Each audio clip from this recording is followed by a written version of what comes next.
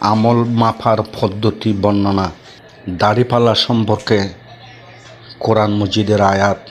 কিয়ামতের দিন বান্দাদের আমল মাফার জন্য দাড়িপাল্লা স্থাপন করা হবে। সে সম্পর্কে আল্লাহ তাআলা বলেন, আমি কিয়ামতের দিন ন্যায় বিচারের মানদণ্ড স্থাপন করব, সুতরাং কারো প্রতি জুলুম হবে না। যদি কোনো আমল সরিষার দানা পরিমাণও হয়, আমি তা স্থাপিত করব এবং হিসাব গ্রহণের জন্য আমি যথেষ্ট।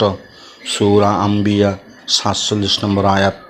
আল্লাহ তাআলা আরও বলেন, আর সেদিন যথার্থই ওজন হবে, অতঃপর যাদের পাল্লা ভারী হবে তারাই সফল কাম হবে, আর যাদের পাল্লা হালকা হবে তারা এমন হবে যারা নিজেদের ক্ষতি করেছে, কারণ তারা আমার নিদর্শনসমূহ স্বীকার করত।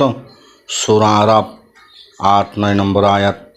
আল্লাহ তাআলা আরও বলেন, ফাআম্মা মান সাকুলাত মাওয়াজিনুহু ফাহুয়া ফি ঈশাতির রাদিয়াহ ওয়া আম্মা মান খাফফাত মাওয়াজিনুহু ফাউম্মুহু হাওিয়াহ ওয়া মা আদরাকা মা হিয়া নারুন হামিয়া। অতঃপর যার পাল্লা ভারী হবে সে সুখী জীবন যাপন করবে, আর যার পাল্লা হালকা হবে তার ঠিকানা হবে হাবিয়া, জাহান্নাম নামক স্থান। আপনি জানেন তা কি? তা হচ্ছে প্রজ্বলিত অগ্নি। সূরা কারিয়া